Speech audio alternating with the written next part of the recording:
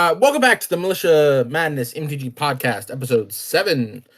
Today we're doing something different. As you can see, there's not just a black screen in front of you. We'll get to that. Yeah. But as always, we're going to start the podcast with the card spotlight. And today it is my choice, and I'm giving the old 3-for-1. I'm talking about Lightning Strike and its friends Searing Spear and Incinerate. Just the instant speed ones. There are a couple of sorcery speed, deal 3 damage to a creature or player, but I wanted to focus on the instants today because I feel like if you were going to put these in the deck, you'd go to these 3 before the sorcery speed ones, and I think these are very good in our format. Our format is very different from Pauper. You can't just jam 4 lightning bolts, 4 chain lightnings, and call it a day. You do need to sometimes dig a little bit deeper, and these are just like the second most efficient burn spells. Oh yeah, they are very nice, and like the fact that they have the flexibility of face or creatures is very, very relevant. Mm-hmm. Yeah, they can hit. They hit most creatures in your mid game that you'd want. I don't think every red deck needs to play all 3 just because of slots. Oh yeah, Some decks, some red decks don't want to play 6 burn spells. Like I think my blue-red decks sometimes do, like counterburn decks or blue-red control decks sometimes want to go that deep, but typically you're playing 2 of these. But they're all the same card, so I didn't want to like leave one out. Well, Incinerate's different, right? It exiles. So I guess you'd always play Incinerate, and then you can pick your favorite Lightning Strike or Searing Spear, whichever you'd like. But essentially, this is just like copies 3 through 6 of Lightning Bolt that costs 1 more mana when you want to get up to 6 or 8 slots. When you want to mimic a deck that can play 4 Chain Lightning, 4 Lightning Strike, these are the types of cards that you have to get to fill those slots. But they're very, very good, and I think a little underplayed, especially on my end. I don't think I play enough Lightning Strike as I should. Oh yeah, it's probably same here too. Yeah, but very, very good cards.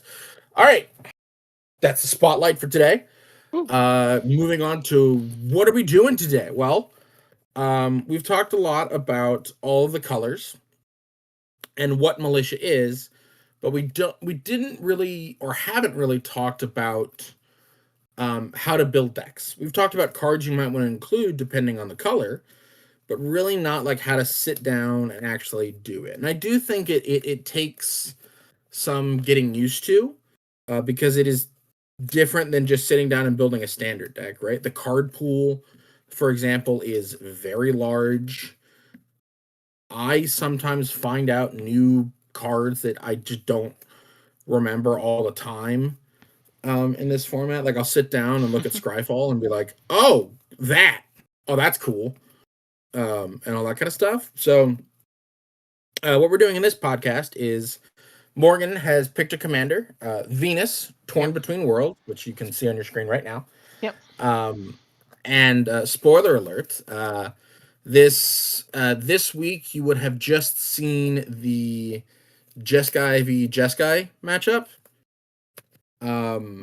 But coming up next week, we are going to be doing a pretty standby video. I think you can count on us to do, which is we're going to look at the newest, air quotes, set and play commanders that we think are decent or good or just fun. Just different. Honestly. However we feel about it. Like something that we feel is interesting. Motivated to, Still have my regrets about Master Paku. Yeah. Maybe don't go that deep anymore. But I think it should have just been blue-black Hama, right? Yeah, probably. Yeah. But I applaud your you putting the hunter hat on and being like, I'm gonna play something that's fun. Yeah. I appreciate the win. So in general, I would say I'm gonna talk in terms of steps you should go through when building a militia deck. So step 1 is open 2 websites on your browser. Yeah. Minimum of 2. Well, 3 really. Yeah, I open 3 normally. Yep. I opened 2, and then the third one I'll look at Pauper staples that I'm just forgetting. Yeah, which that's what this is here for. MTG Goldfish. Yep, MTG Goldfish is good. So that's the 3 websites you should open are Scryfall, Moxfield, and MTG Goldfish, or your choice of deck building websites.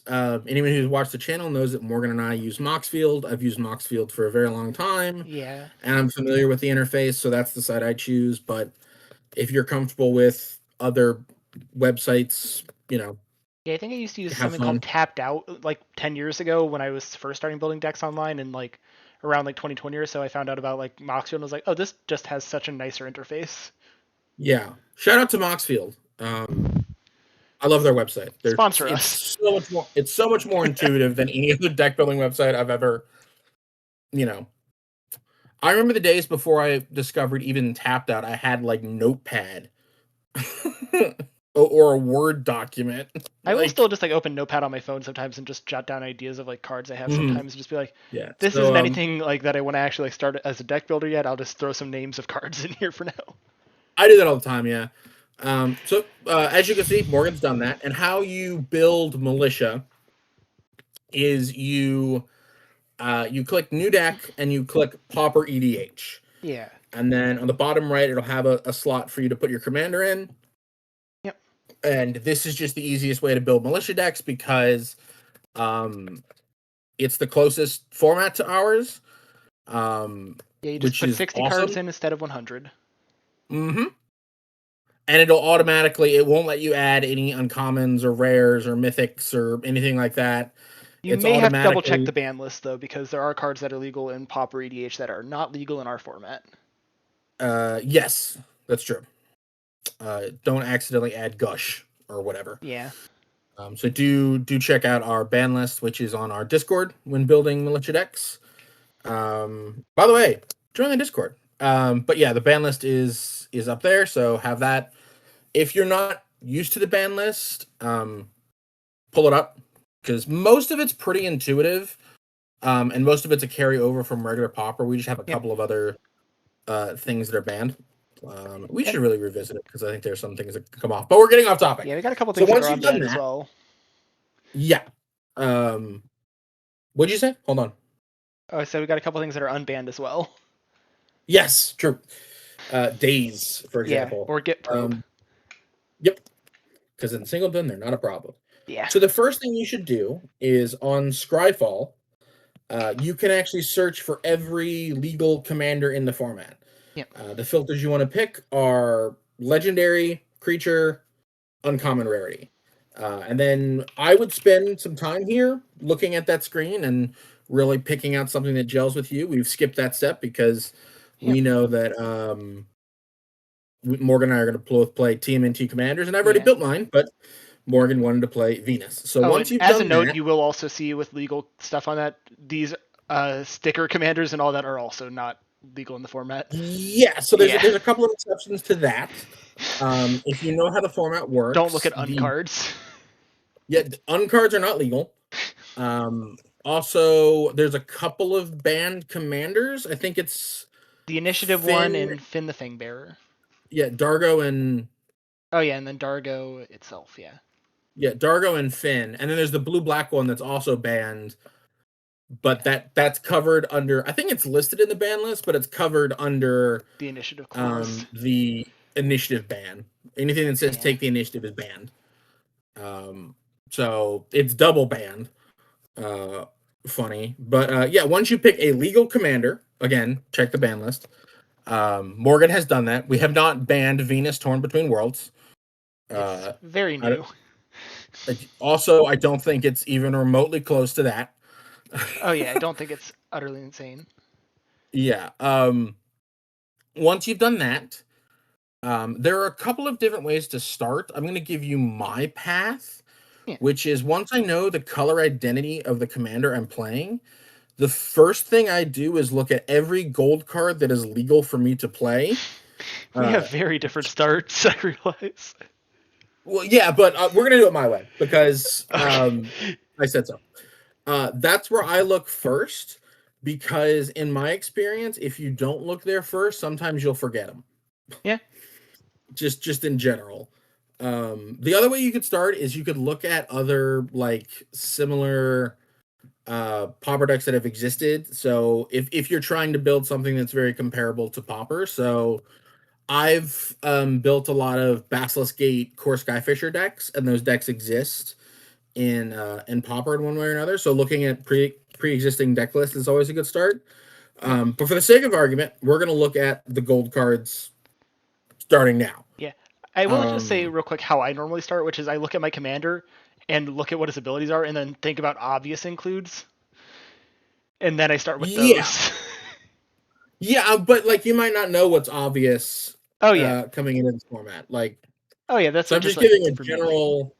general template for beginners, Yeah. because telling experienced players how to deck build is not helpful. Oh yeah. Well, Like, like when I mean figuring out. obvious includes, is like it could even not necessarily be obviously the best card, but it's like obviously a card I personally want to run in this.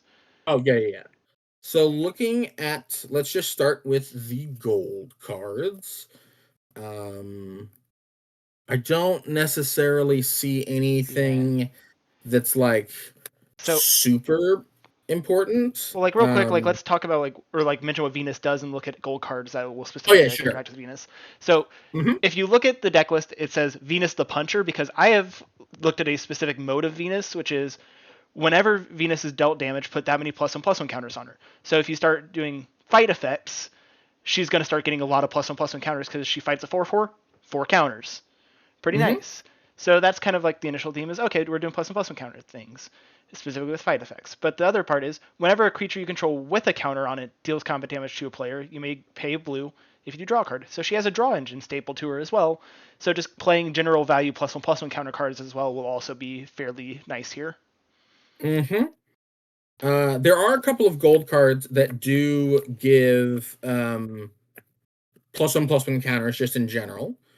Yep. This is the color that gets access to evolve.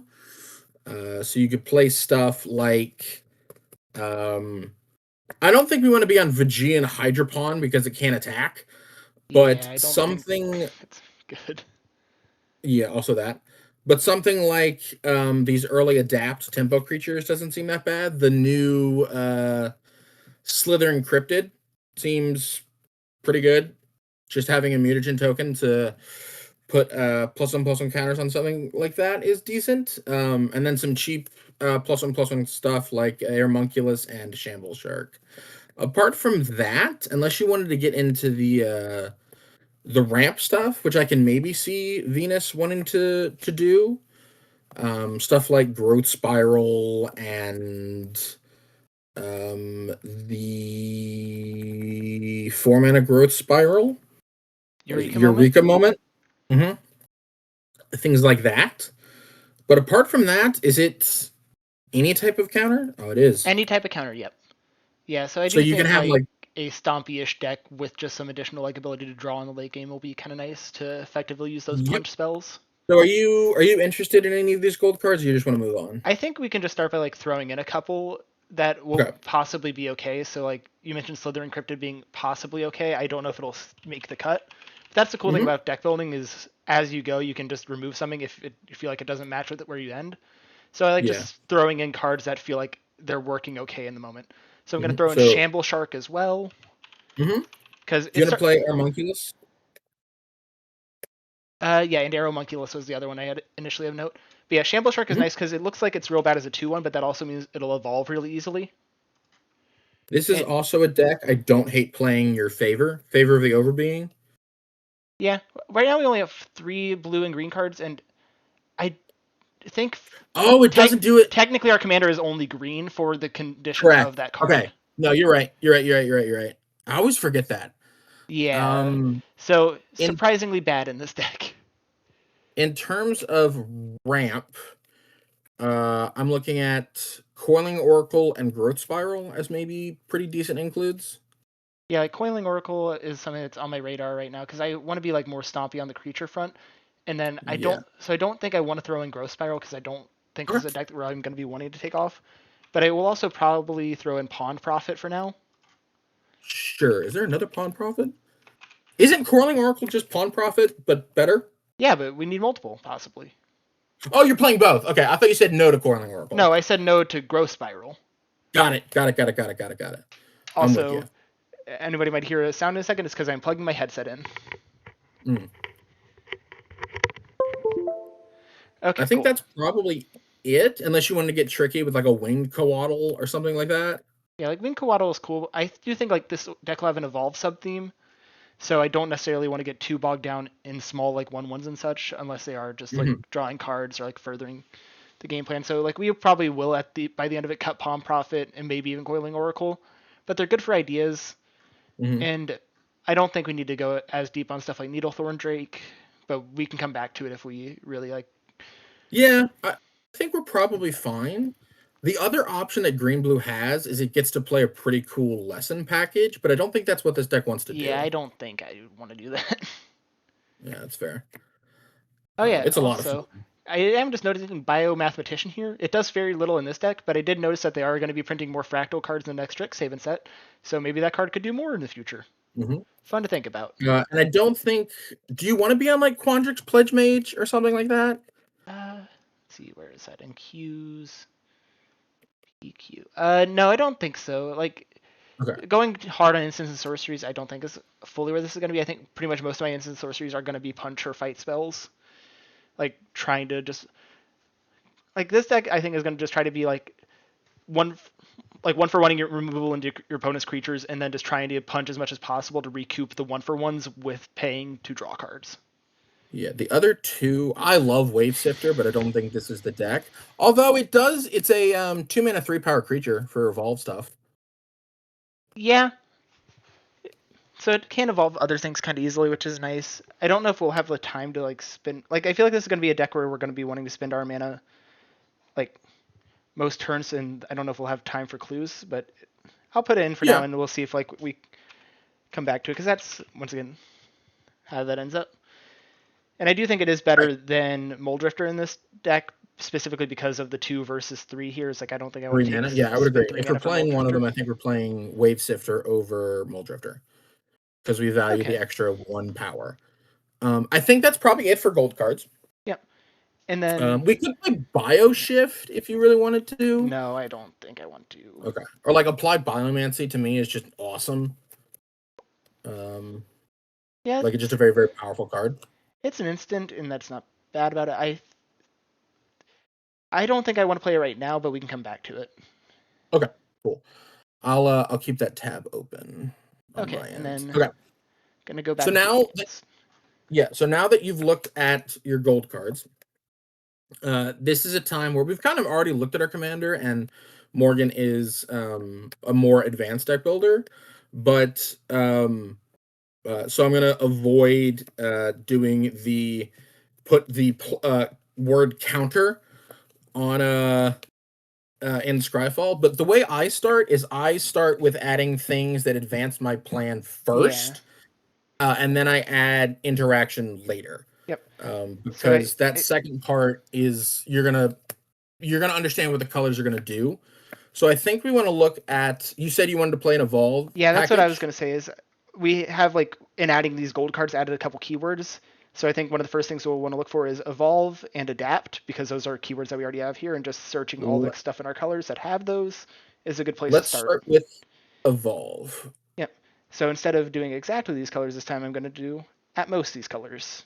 And then you can also there's a commander tab right below that. You can also just click blue-green for that too. Either one. Yep. But yeah. Okay. Oh, pro tip, make sure you click the rarity common button, which is something I forgot to do for the first couple times with building decks. I was like, why would it let me add this card? Because it's an uncommon. Yep. All right, I'm seeing 7 cards with evolve. Yep. Yeah, and there are 2 standouts. Cloudfin Raptor Experiment 1. Yep, which for sure. At the start of my deck building, I was like, the first card I definitely just want to add to this is Experiment 1. Yep. And Cloudfin Raptor. I think we're playing both, for sure. Yep. And for anybody who's at home is wondering like why these are the standout good ones, because they're both 1 mana, and they start with very low power, which means they'll evolve very easily. Notably, they also have very good keywords that go on them, which is for experiment 1, regenerate, means it'll be hard to kill as long as it's doing its thing. And for Cloudfin Raptor is flying, which means it'll be very easy to get over and around opponents as long as it's doing its thing. Yep. And I think that might just be it. Yeah, I think I might, just for like gimmicks, throw in Battering Krasis. Yeah, because it's the most aggressive of the other ones. And you then can also play like Croconura. It's very easy to evolve, and it can like block flyers if you want to. Yeah, and it gets you up to like 5 targets. I don't think that's where I want to go with this right now, because it's a little more on the defensive side. I try to stay on the aggressive bit. And you don't want the defender, and you definitely don't want the 5-mana card. Yep. And then a little cheat that I'm going to do here, instead of like going back to advanced search, just where it says Oracle, I'm just going to swap over the word from evolve to adapt in here, and you can also do that. You have to type it correctly though. I just actually said adapt for a second. And now we've popped up every card with adapt, which there are actually some pretty good ones here. Yep. Evolution Witness for sure. Yep. And then I think there's another keyword that we could look at, which is exhaust as well, if you wanted to. Oh, yeah, that could be helpful. But yeah, Evolution Witness definitely gets in. And then I think notably Basking Broodscale will actually be pretty serviceable here. Sure. Because it can get a +1/+1 counter on it very easily, and it'll refund one of the mana that you use to put a +1/+1 counter on it. Yeah. Those are just decent. Yeah. And then Temperamental Brushwag. I was going to say, the other card I'm seeing here is Temperamental Oozewag. Yep, it gives stuff trample. This is be able to find probably a segue to looking at, once you get to, this will happen a lot of times in deck building, where you'll get to an effect, it's like, oh, that's really, really good. I wonder if there are more effects like that. Yeah. Temperamental Oozewag is probably a segue into giving things trample that we could then look at if we wanted to. Yeah. Yeah, and to get effects like this, you have to know them a little bit more, or like just like look up more specific wording. So like creatures you control have trample. Yep. Because we know that there are more effects that do this. And it might be worded a little differently on these. Yep, the ones I'm thinking of are worded differently enough that they don't pop up with this, because it's generally like creatures you control with +1/+1 trample. Or with +1/+1 counters have trample. So let's just see if have trample pops it up. Okay. And then nope. Okay, I don't know the exact wording that is on those cards then, but we can figure it out. Unless like they're not. I know one of them is it.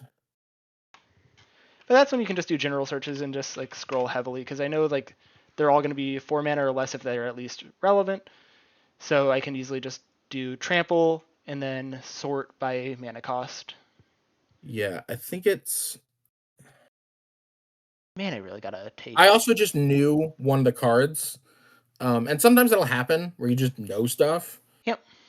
So I just Googled it. And then put its exact text in. Yeah, and I found a bunch. So it's... each creature you control with a +1/+1 counter on it has trample. Yeah. Is the line of text that we are looking for. Ah, yeah. And there's Pride Malkin. Yep, Pride Malkin's good. So yeah, I will do this, advanced search, and then copy over the text. Mm-hmm. And then I will make sure to put common. And bada bing. Cool. So we got Crown Ceratok, Drix Fatemaker, Dusk Shellcrawler. That was the one I was thinking but could not remember the name of. Pride Malkin. That one is the only one I knew. So I Googled that name and copied the text. And Gnarlid Colony. Yeah, so I think... I don't think we want to play all 6 of these. Yeah, I think the best 2 are Gnarlid Colony and Dusk Shellcrawler generally, because they are coming in at 2 mana. One's on a bear, which can also be bigger than a bear if it needs to be, and then the other is coming in as a 1/4 or a 0/3 with a +1/+1 counter on something big. I also don't hate Drix Fatemaker and Tuskguard Captain. Yeah, Drix Fatemaker having the warp flexibility is nice, and Tuskguard Captain's not bad for its ability to buff itself up. But I think of these, I probably will pick Drix Fatemaker, Dusk Shellcrawler, and Gnarlid Colony. And so now we'll have 4 of this effect, and I believe it's kind of the best 4, and I don't think we need to go harder than that. Oh, we already do have a 4th with the Temperamental Oozewag. Okay, yeah. This is also just a personal thing. Sometimes you'll get into moments like that where I mentioned Dust Guard Captain and Morgan's not going to play it. I don't think you'd be wrong for including Dust Guard Captain. Again, there's no tournament reports, right? So if you wanted to play it, right? Yeah, I just thought it was best to focus on effects I can do this with for 2 mana. Yep. Which the Drix Fatemaker looks like it doesn't, but the warp cost means that on a turn where you want to swing over an opponent's board, 2 mana gives you kind of an overrun. Yeah, and then Temperamental Oozewag we're playing because it has adapt, so it can add to the +1/+1 counters. Yep, it can be a 7 mana 6/6 trample by itself, like at its very worst, which I think is honestly pretty nice. And I do think with this, with this we can go back and remove Battering Craces because we have so much that gives trample now. That's standout ability at a 3 mana 2/1 is now less good. Yep, and it's important to do that. They're like, that's also a personal thing. Sometimes you want to make cuts as you go, and other people won't. Like I put in like 80 cards, and then I'll start making cuts. But I'll trim as I go. One is not any more correct than the other one. Yeah. All right. You want to keep looking at more +1/+1 counter abilities because there are. Yeah, and I think like especially with competition, like 2 more like +1/+1 counter abilities. How so? Oh, like keywords. Yeah. Okay. There is Exhaust, and then there is Outlast we could be looking at. And I think it's worth looking at both just to see. And wait, I put that in type line, not in text. Yeah, Exhaust is not a type. Yeah, but it was just click on the wrong box. Are you looking at Exhaust or Outlast? I typed in Outlast, and there is literally only one other creature with it, which is the Long Shot Squad. And I don't think that's relevant. No, we do not need to give our creatures reach. Yeah. Possible sideboard card, but I don't think so. And then there will be one other keyword, which is Proliferate. Yes, we should look at that. Yeah. Yeah. So in terms of Exhaust, there are a couple of cards that I like. Yeah, I know you like these cards. I don't think we need Skystreak Engineer in this deck, although having a cheap flyer is not necessarily the worst. Don't think. I'm a big fan of Hazard of the Dunes, just because it is a 4-mana card that can trigger Revolve. And Stampeding Scurryfoot, mostly for the same reason. Yeah, I'm fine with those as like stompy like creatures at like their mana costs. Mm-hmm. You could also, depending on your curve, play like Rebellious Captives, but I don't know if you need that.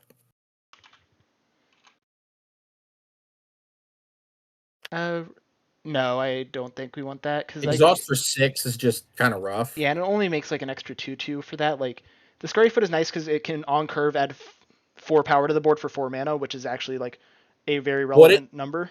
Rebellious Captives actually makes 4 more power. Yeah, that's still 6 mana though, which is awkward. Yeah, it's very big, but yeah, like and you may say like Hazard of Dune only adds 3 for 7, but it's making that a 7/7 trample, which is a much more relevant body than a 4/4 into a 2/2. Yep. And then if you look at like the Keen Buccaneer and the Camera Launcher, those are just bad mana costed like stat lines. Yeah, it's really the 4 that are in contention here are Hazard of the Dunes, Rebellious Captives, Skystreak Engineer, and Stampeding Scurryfoot. I don't think you really want. I think we want more out of our 2-drops than Captives and Engineer are offering. Yeah, and especially because we already have some pretty good 2-drops with like the Crawler and what's it called, the Gnarled Colony. So like I think we want more in that vein. Oh, and Shamble Shark is also in that vein. I don't know if Coiling Oracle and Palm Prophet will stay with how the like vibe of this deck is looking, but like that's something that we can. Same for Wave Sifter, but we can evaluate that later. Mm-hmm. But it's just good to like be mindful of like how your deck is shaping out, how it's looking, and like what you want to do overall as you throw stuff together. Yeah. So the next keyword you wanted to look at was Proliferate, right? Yep. You feel like we've got enough +1/+1 counter stuff to move on to that? Not necessarily yet, but if we were just going down the list of keywords, like we can get more stuff that flat puts a +1/+1 counter on itself afterwards. Yeah, you can always text +1/+1 counter if you really wanted to go that far. Yep. And notably, like if we find other cards that just naturally have like a different type of counter on them, or like interesting stuff like that, we can also add those because this commander does not only reference +1/+1 counters. Persist, flying counters, trample counters, that kind of stuff. Renew is also an ability we could be looking at. Yep. Stuff like that. So I do think there are a couple interesting cards in the proliferate tier, which I'm quickly going to sort by mana value just because. Oh yeah, I can sort by mana value as well. But yeah, so like there's interesting stuff in like Thirsting Roots can like find a basic land or proliferate. That's not too bad. I don't think I'm enthralled by it in this because it feels too slow. Contingent Plan, drawing cards, and Experimental Augury, like drawing cards are both nice. I think of those I might play Experimental Augury, but not Contentious Plan. So, yeah, you get to look at. Yeah, you get to look at more cards. So yeah, and it's also an instant. Mm-hmm. So I'll throw that in as kind of maybe right now. Also, it being an instant with proliferate means that you can combat trick people with it. Yep. And I also like Pollen Bright Druid. I don't think Pollen Bright Druid and Smell Fear are also big ones because Smell Fear is a fight spell, which is already what we're doing. Mm-hmm. Well, already what we're wanting to do. We haven't really got to that part of our plan yet. But yeah, and Pollen Bright is very nice because it's on the 2-drop curve spectrum and can also just be a creature with a +1/+1 counter on it to set up for your Venus triggers. I love Thrumming Bird, but not in this deck, I don't think. I think it might be too greedy for this deck is kind of where I'm at because it doesn't have a +1/+1 counter on itself. But I do love it. Well, you want to put it in for now? Sure, I'll do it. It'll probably get cut. But I think it stays around better than some. This is a format, by the way, where you do get to play some pet cards, just because. So Morgan and I love Thrumming Bird. We're putting it in the deck. Yeah, for now at least. Yes. Okay. The other cards I can theoretically think are playable are like Contagious Vorak and Bloom Hulk, maybe.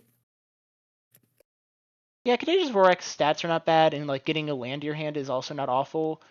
And like if you obviously don't want to get a land, you can easily just choose the proliferate option, so that's not too bad. Yep. And Bloomholt is the same kind of effect where it's just on curve proliferate with similar stat lines, so that's honestly not that bad. And I do think a card that might look bad normally, but I do think is good for the gimmick of this deck is possibly Urban Daggertooth. I was looking at Urban Daggertooth. I actually like it. I think we should play it. Yeah, like especially if we try to get more effects that are manipulating Venus in later, we can do good stuff with that. Because we can also put theoretical off like Pollen Bright Druid or something like that. We could put a +1/+1 counter on it. And then it's also not a bad fight target for the fight spells that we're going to play, probably. Yeah. And then I don't think anything else gets in. I would agree. Yeah, so I think at this point, it's oftentimes good to step back and be like, what type of deck am I? I think we're very much a more aggressive. Yeah, trying to be stompy.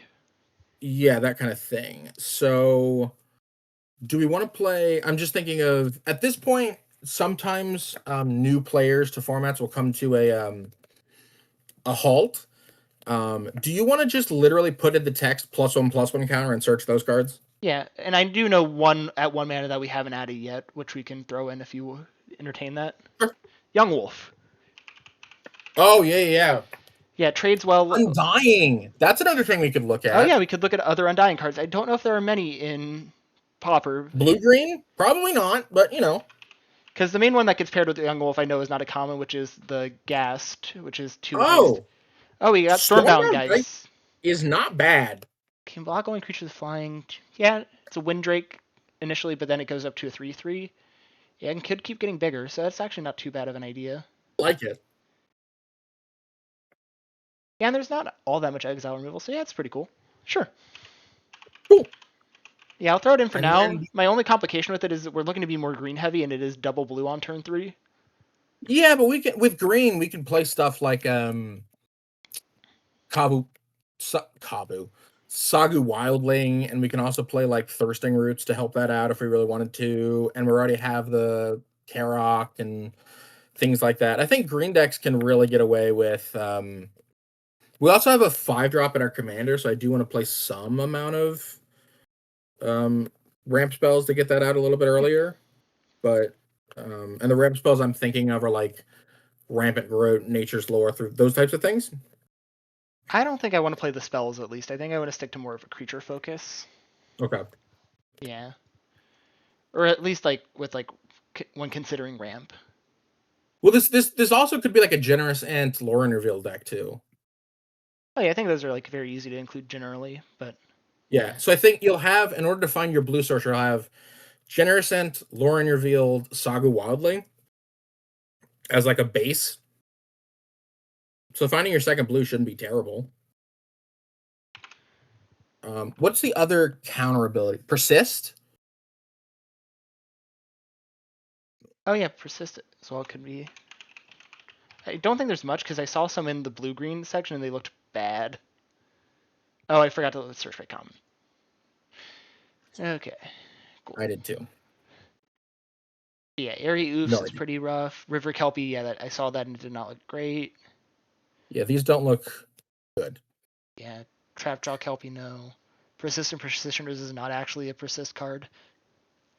And yeah, it's like yeah, no, these are all Grazing bad. Kelpie. That's about it. Yeah. Okay. Well, worth a try. Yeah. So now, do you think we're at the point where literally we're going to put in the text +1/+1 counter just yeah. to check this? Okay.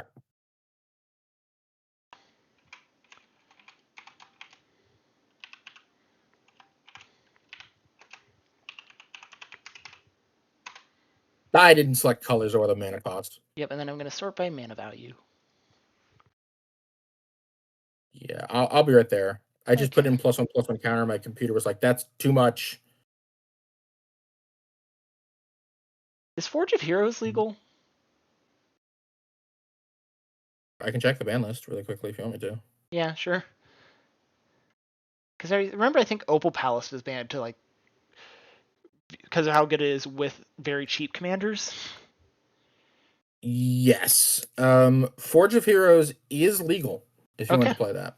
Yeah, I think I can throw it in. And we're a 2-color deck, so sure. You don't want to play the caves though, right? Like that's No, those are like 4 mana to actually sack them off or do anything. I don't think I want to use that. I don't think you want to play any of the 1 mana put a counter on something, do you?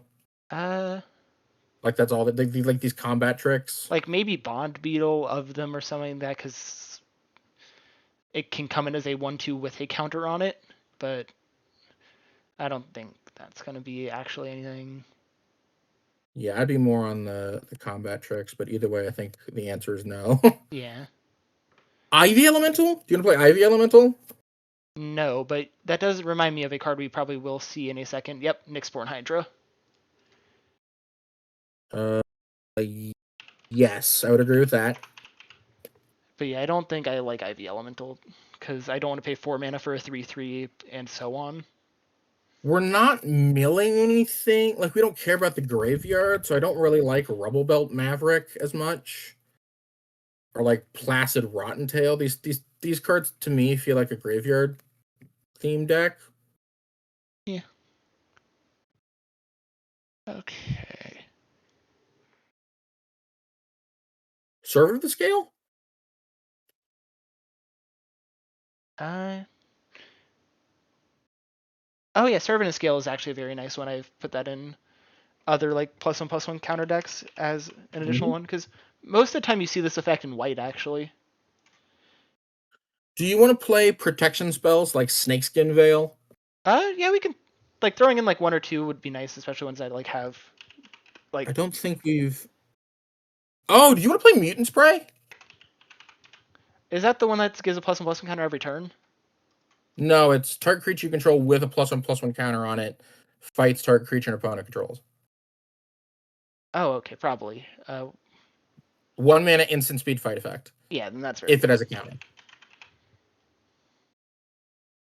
Yeah, that works. I must have just skipped over that, but yeah, that honestly seems very reasonable for what we're already doing. I was gonna suggest Moss Dog, and I was like, whenever it becomes a target of spell or an ability, and then it says an opponent controls. So now I'm off it. Oh yeah, I was still tempted by Moss Dog because that is not actually that bad.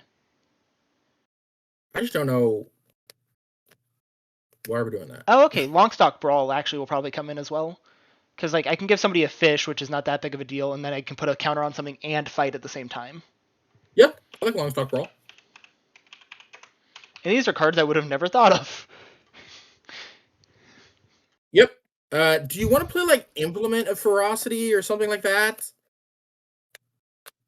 I don't think we want it. Probably not. Oh, there's another server of the no. scale we could play. Oh, Iron which Apprentice. is... Yeah, that one moves all of them.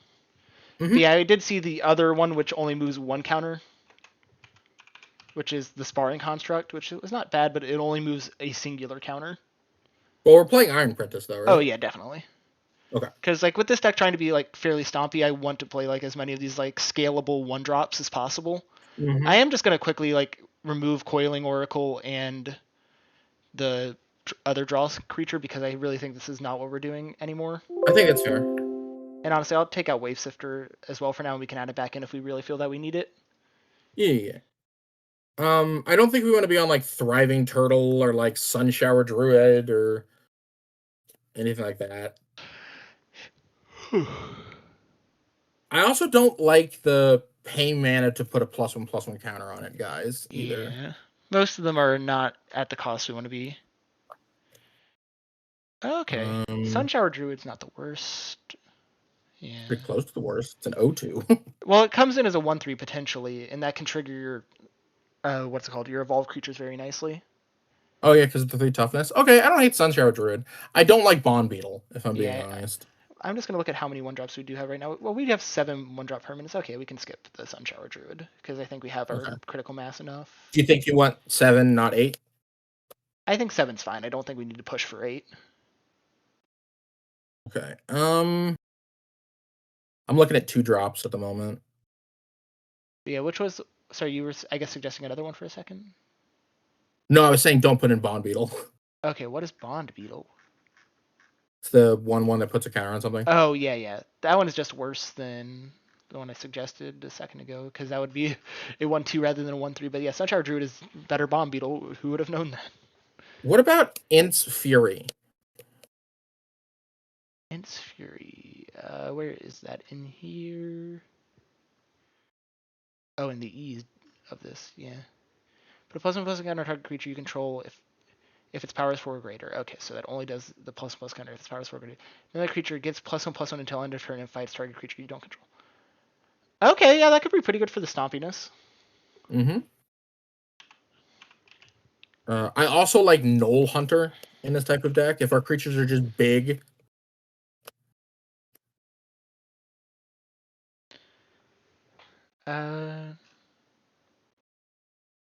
Where is that? Oh, Knoll. Okay, there. Yeah.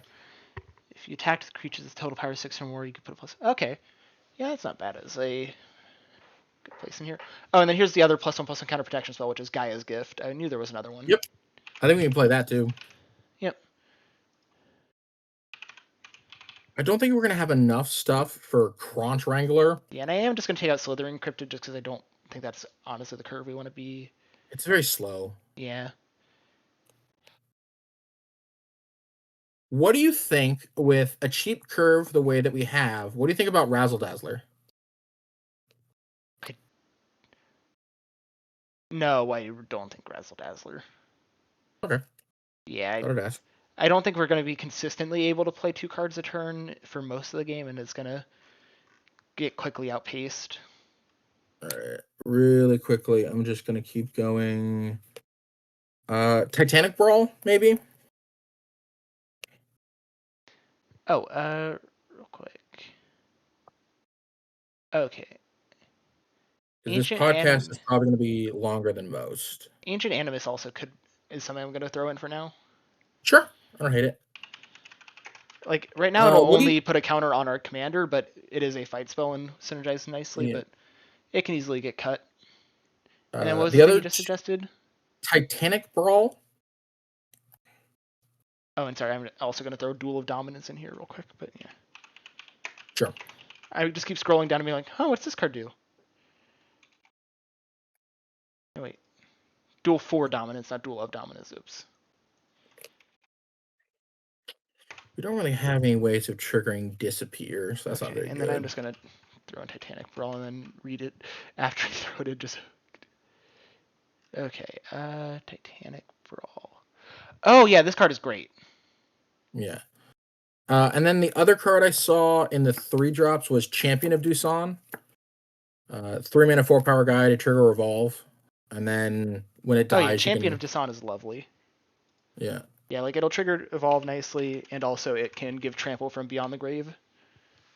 In the same vein, do you want to play Beetle? Also, it takes +1/+1 encounters very well. Yeah, Beetle Legacy Criminal. Where is that? Is that in 3s? I skipped a lot of the 3s. They were just not very good. Okay, I was still looking at 2s for a second because I had been having to scroll to like where stuff you suggested, so I've not actually been able to look at all that much myself. Oh, sure. Oh, I didn't even know there was another Flicker here. Planar Incision. So if you ever want to make a Flicker deck, there's another card that's actually not too bad. Yep. There's a lot. Yeah. Okay. Then. Oh yeah, if you like want to go for like a threshold build of this, I did notice that there are like the Blanchard Prowlers and stuff like that in Thought Shucker, but I don't think that's how I'm going to build this. But it's interesting that that's a possible thing. Yeah, and when deck building, you'll often find that there are like alternative ways to do something. I think it's very important to just kind of stick to your guns, and because eventually you're gonna have to make cuts eventually. So making that decision now and being like, nope, is very, very smart. Oh, and I do think Deepwood Denizen actually will be an okay card to add.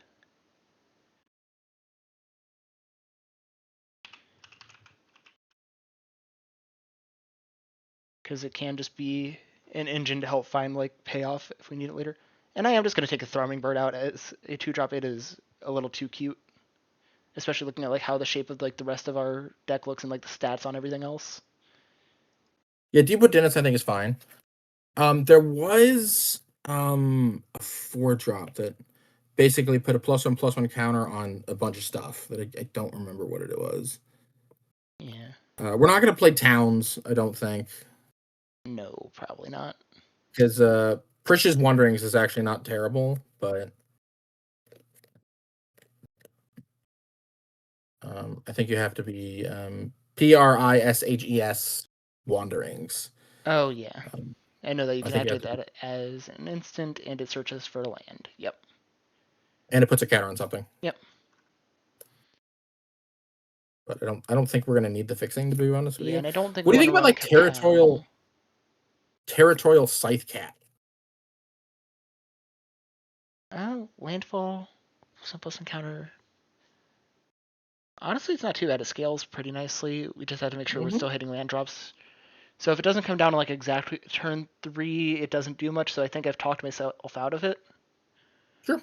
So it's like great on curve, but if it comes down too late, it is doing net 0, which is similar to the guy we already cut, which I can't remember the name of, but the evolve guy. And then the other 2 that I saw that seem decent are Beetle Legacy Criminal. I don't know if you heard me say that earlier. I heard it earlier, but I forgot it because there was a lot of stuff going on. Fair. How do you spell that? Beetle. Oh, okay, Beetle. Legacy And Criminal. okay, it's 4 mana, so I have to actually go up a page. Yeah. Okay, exile this card from the game. Gains flying until end of turn. Okay, that's not awful. Yeah, it only does stuff from the graveyard, and we don't have more ways to do stuff from our yard, and I don't really want to. Yeah, I think that's fair. Yeah, like I don't really want to play a 4 mana 3/3 flyer. Like Champion of Dastana is more okay with because a 3 mana 4/2 is fairly Good. competitive. And then the other card I saw that might be okay is Life Crafter's Gift. Is that at 4? Because I do recognize the name of that card. Yeah, it's at 4. Okay. Oh. I also did just see Ivy Lane Denizen exist, and it's like, oh yeah, I forgot that card existed. Okay, Ivy Lane Denizen's not terrible. But okay, put a +1 counter on a creature, and then effectively proliferate. Mm-hmm. Okay, and yeah, that's an instant. So, because I believe we passed up on almost this exact card just at sorcery speed for 1 mana less. Yeah, but we can play that one too. Yeah. I just didn't see it. Yeah, it was. I can't remember the name of it, but I do remember it. Which I was not super like jazzed about it. Oh yeah, Courage and Crisis. Put a +1/+1 counter on target creature, then Yeah. proliferate. I don't think you want to play one over the other. You're either playing both or neither.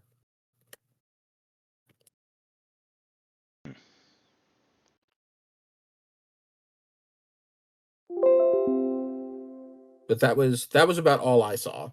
That was like, because I think 5 and 6 is just a little too much. Yeah, like I'll take a look at them real quick, but I think for 5 and 6 we probably would just go like maybe for like value creature style stuff. But I think I don't want to play either of those right now because I feel like they're a little too cute. What And I about think like just stompy like relatively scary creatures rather than hard going wide plus one counter amount. what do you think about Twisted Spider Clone, which is effectively another copy of Bloom Hulk? Twisted Spider Clone. Oh, there it is. When this creature enters, put each creature levels. Oh yeah. I can be fine to add that for now, and then we can Sure. see where this takes us. I mean, it's literally just Bloom Hulk, right? Yeah. Kind of. Yeah, I don't absolutely love Bloom Hulk, but I also think it works. And we have a lot of stuff that puts plus one counters around.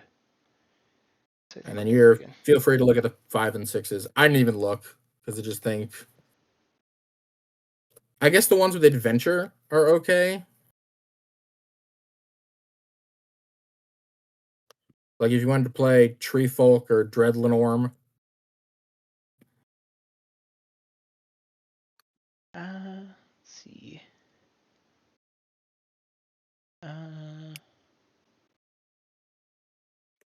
Yeah, sorry to deceive. Voracious Typhon's not awful at 4 mana, but I don't It's think not. I love it. I don't think I love that card, so I'm probably not going to go with it. And Adamant guy, probably not. While you're doing that, I'm going to talk to people because I think this is probably where we're going to go next. At this point when you're building a deck, this is when I would start to look at how am I interacting with my opponent, or am I interacting with my opponent? Okay, and there is one I will put in from these big ones. Yeah. Colossal Badger. Okay. Yeah, because it can put up to 4 +1/+1 counters on something for 2 mana, and then still come down Yeah. as a big guy. Sure. And because of our creature density, I am seeing like the writing on the wall of this probably being a what's it called? Why can't I think of the name of it? Lead the Stampede deck. Yeah. So I guess we can actually start there, right? Where there are two ways you can go. The more experience you get, the more you're going to go to let's add some staples at this point, or let's add interaction. So which way do you want to go first? Do you want to do the staples? Uh, yeah, like I think we can go with some staples first because we already did add some interaction. But this is looking to be mainly like almost a mono green deck, which I honestly think is kind of where it wants to be, and then just using some of the value blue for +1/+1 counters, Yeah, and so the also just to staples I'm keep thinking drawing. of are the green card draw spells, which are, and I think we could play all four of them if you wanted to. Like at least you lead the Stampede, you meet in a tavern, and maybe Winding Way, but I don't know. I was thinking Winding Way and then Malevolent Rumble, and that was Yeah, the four. yeah, sure we can add them all. And then And then the other staples I think we want to play are the Land Cyclers. yeah, I think at the very least the Treant. Sure. I almost always just play both, just because. Yeah, I'm not feeling great about like double blue for like trying to castle or revealed, and I don't know if we'll be able to like fully take off with it. So like building this more green with just the ability to search out the dual land is probably where I'm gonna go with this for now. Sure. Cause Yeah, I just think Lauren Revealed is like so good that I yeah, just play it regardless. Oh yeah, I do love the cyclers. I just have been trying to like on decks that try to focus on curving out, like take a step back from them so that I'm not wasting time searching for stuff when I could be playing like more aggressive creatures. Do you want to play Rancor? Oh yeah, of course. Like the fact that it keeps coming back and getting value is very nice. Probably just Rancor though. I don't think we want to go any deeper into the green enchantments. Yeah, and I probably will, if we are playing like the full draw package, cut down a little bit on some of these worse punch spells. Yeah. Do we have enough fight effects, you think? Actually, that's something we can look up. It's just fight and see if we have better ones that we've not found as a thing yet. Well, fight and deal damage, right? Because no, we specifically want fights. Yeah, we want fights more than punches. There is one punch that I do definitely want, which is ram through, because a lot of our stuff has trample or the ability to gain trample. Yep. So target creature fights. Yeah, I'm just gonna put fight.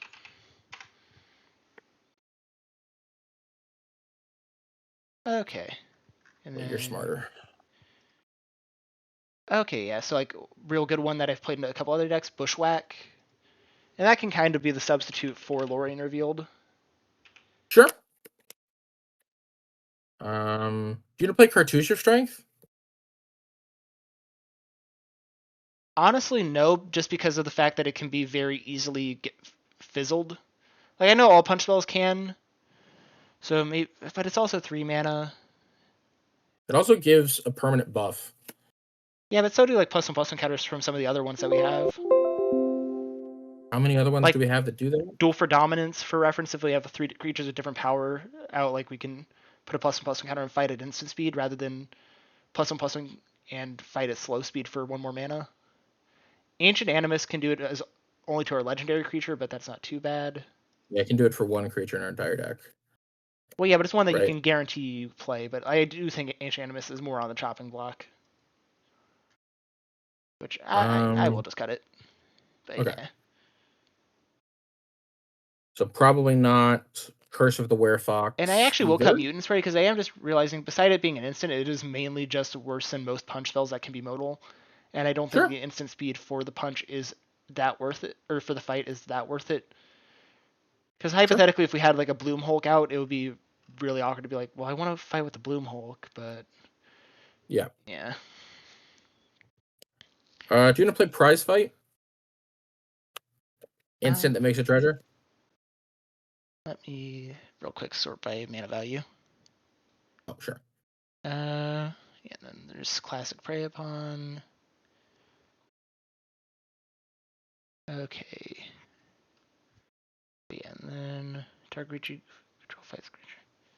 Create a treasure. Yeah, it is an instant, so it is. It's kind of exactly the same as like Prey Upon and stuff. Yeah. Except that it's instant speed.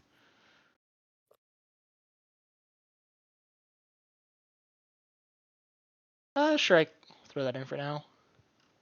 Because honestly, how many more fight effects do you want? Not many. I think we're pretty much at it. Like, I like Duel for Dominance a lot. Okay.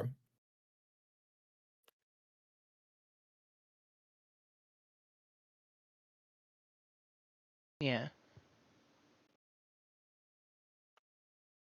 Okay, and I am realizing it still will fight no matter what, because of the wording being weird. It's just it will only put a +1/+1 counter if you have Coven active, because there is a period between those clauses. So that is at least not as bad. It's a fight effect straight up, even if they like in response take Coven away from you. Yeah, and then sometimes it will get you a +1/+1 counter, which I do like. Mm-hmm. So yeah, the instant speed ones, Duel for Dominance, Titanic Brawl, Ram Through. Ram Through is not actually a fight; it's a punch, but yeah. And Sorcery Speed, Inst Fury, Longstock Brawl, and Smell Fear. I think that's fine enough because that's 5 real punches and 1 Ram Through, which I think is good enough. Okay. Oh, and then Bushwhack, I think I skipped over, but yeah. Yeah, at this point in deck building, I think I'm going to cut Experimental Augury just to help like the other draw packages. Yep. At this point in deck building, I would say we've probably got like a very strong outline to a deck. Yeah. We have our win condition. We know how we're going to play, and we have our commander supported. At this point, really, it's a matter of preference of like what else.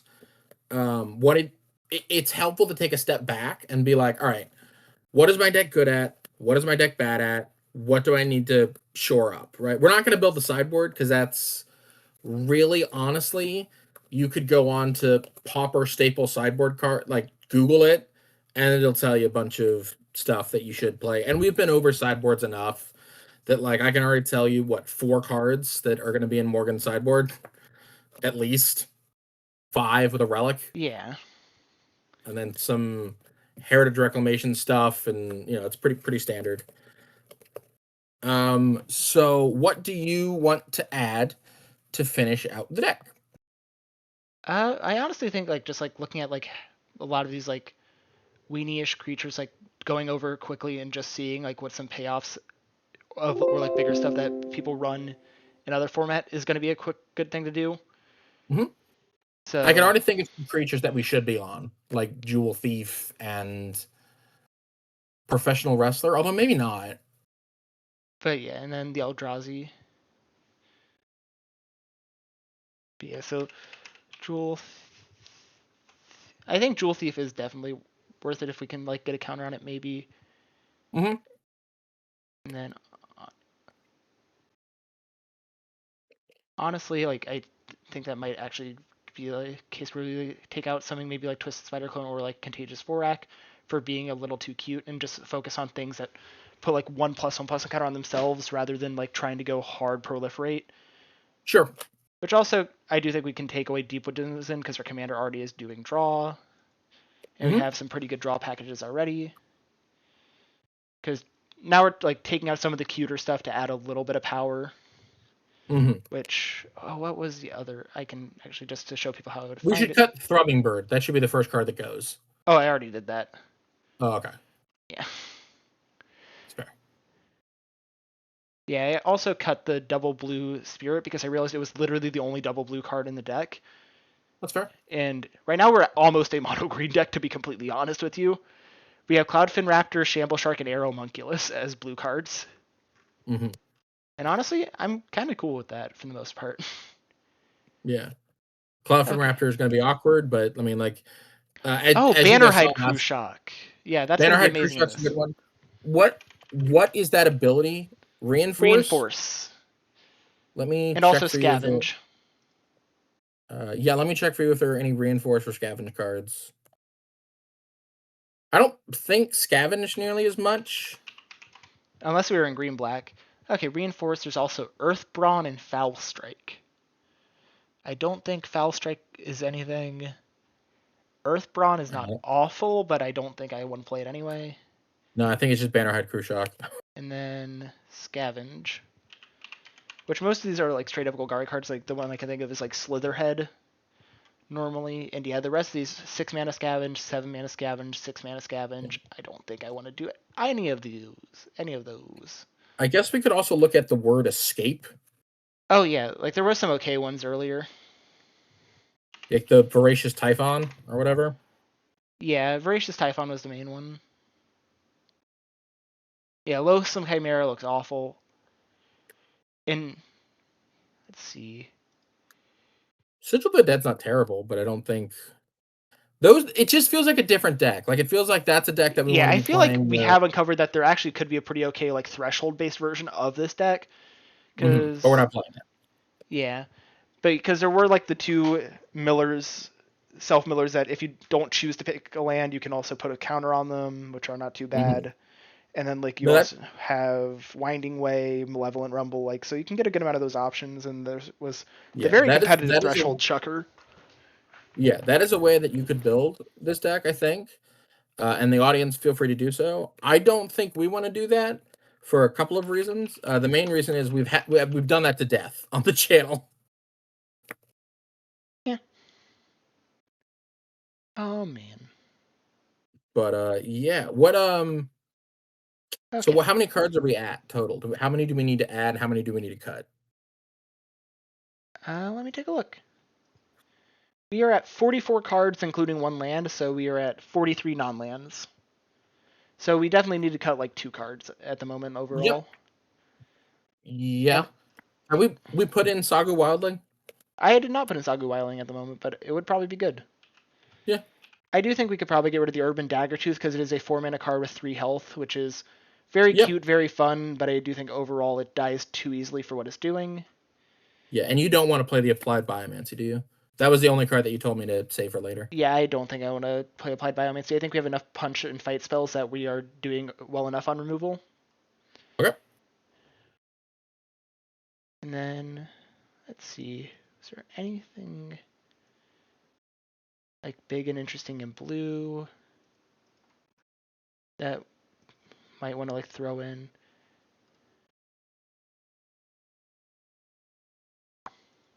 Probably not at the moment, just based on what I know blue does in Pauper. Is it's not doing as much big creaturey stuff.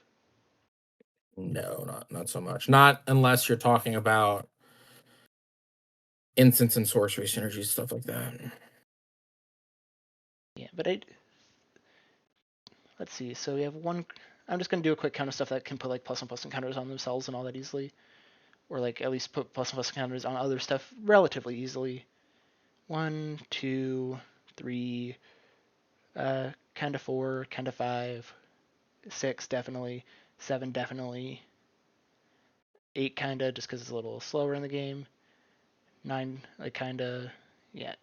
10 definitely, 11 definitely, 12 definitely, 13 definitely. I'm not super feeling the contagious Vorak, but I do think it might be better, especially with its curve placement and like ability to find a land What do you over think something about like a asking Twisted Spider Brood equivalent on that. Scale? It's already in here. I know.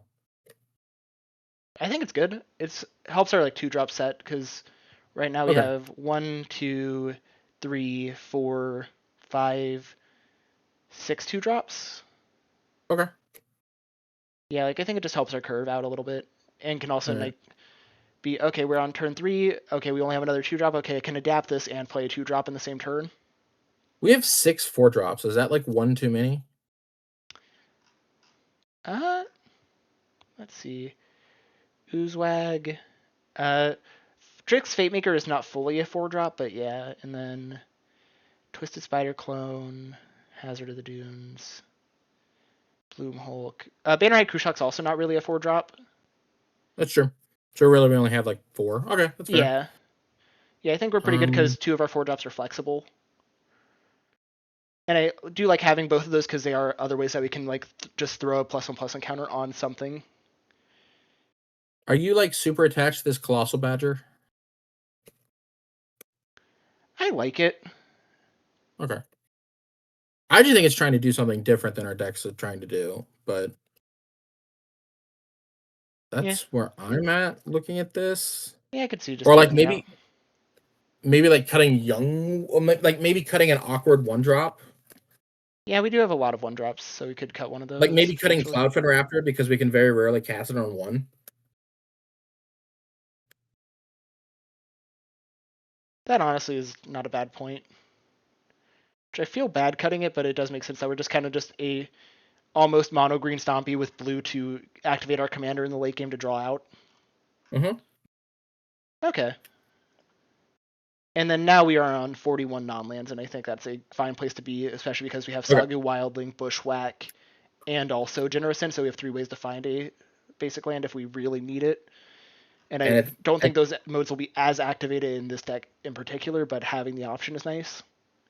And at this point, there are lots of ways to construct mana bases.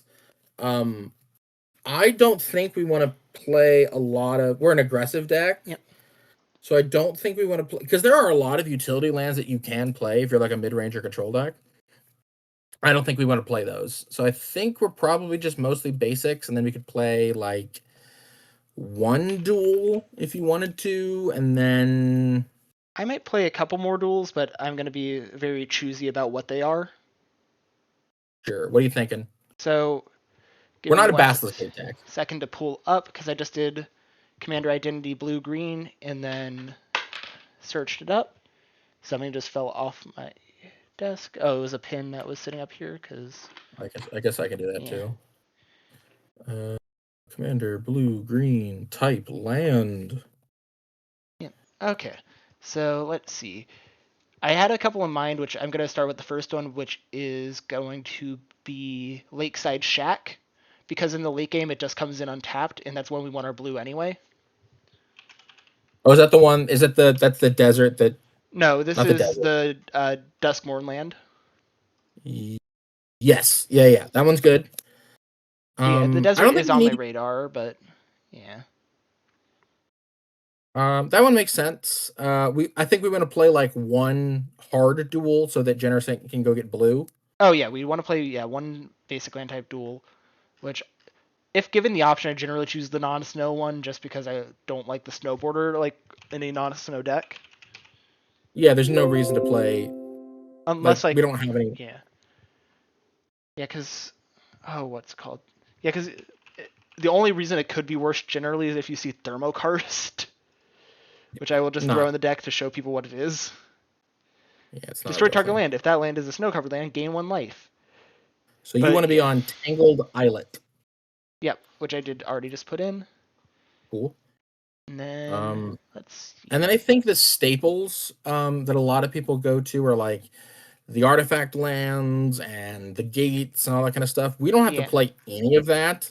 Yeah, I particularly do enjoy in a lot of like places throwing in one bounce land in case like you get to a weird place.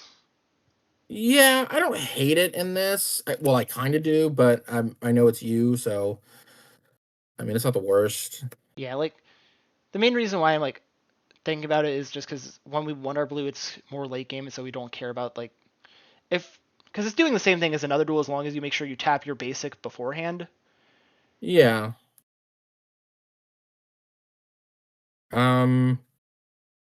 I don't think we want to be on like the Scry or Surveil lands or the Sack lands to draw a card. I don't think we want to be on any of those. Yes, I will throw in a Simic Growth Chamber, and then as like we mentioned before, it's like we don't have much blue at all. I will throw in one island so that we can search it up off of Bushwhack or the Sagu Wiling if we need it. So that gives us 4 blue sources at the current moment. And I don't think we want to run 14 green. Well, maybe. Well, there are other dual lands we could play if you wanted to. Yeah, because the cool thing about Venus is how it's worded. It does specifically let you activate it multiple times in the same turn if you hit with multiple creatures. Yeah. So that is the only like big note there. Because we could play like Ash Barrens if you wanted to, or we could play the cycling lands from our hand if you wanted to. Those types of things. Yeah. I don't know. The world's your oyster. How many basics do you think we wanted to play? I think we want to be more basics than non. Oh yeah, of course. Yeah. We are playing like 90% forest, so I will throw in Gingerbread Cabin. That one's not bad. Because it's very free. Do you want to play like Colony Garden or something? Honestly, yeah, Colony Garden won't be bad because we can buff it. So it can be an actually relevant creature. Mm-hmm. And then maybe like one more non-basic land, and then and this literally just basics. Yes, that would be 11 forests.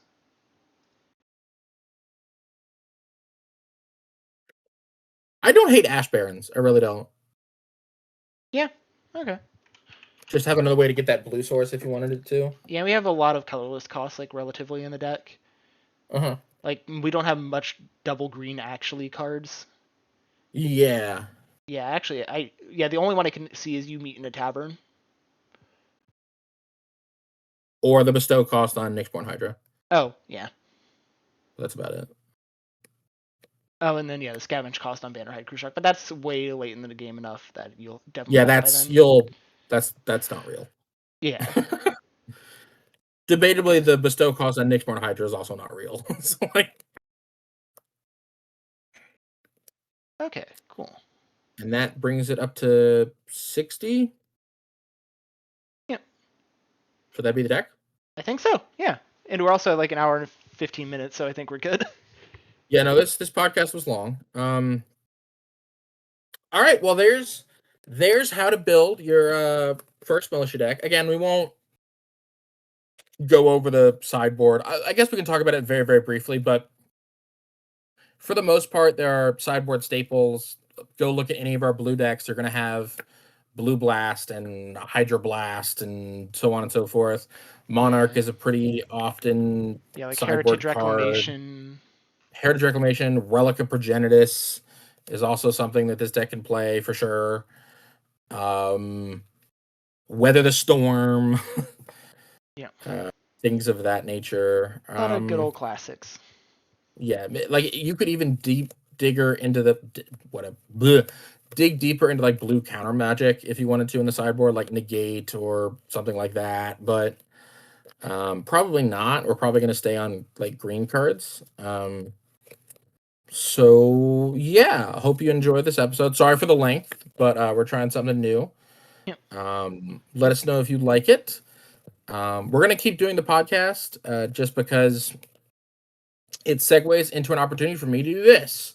So coming up next week is we just did Jeskai versus Jeskai. So coming up next week, you will actually get to see this deck in action. Yep. And Morgan giving a deck tech of it. Just to explain more deeper of what we already showed you, but and you'll also get to hear their thoughts on their sideboard. So that's interesting.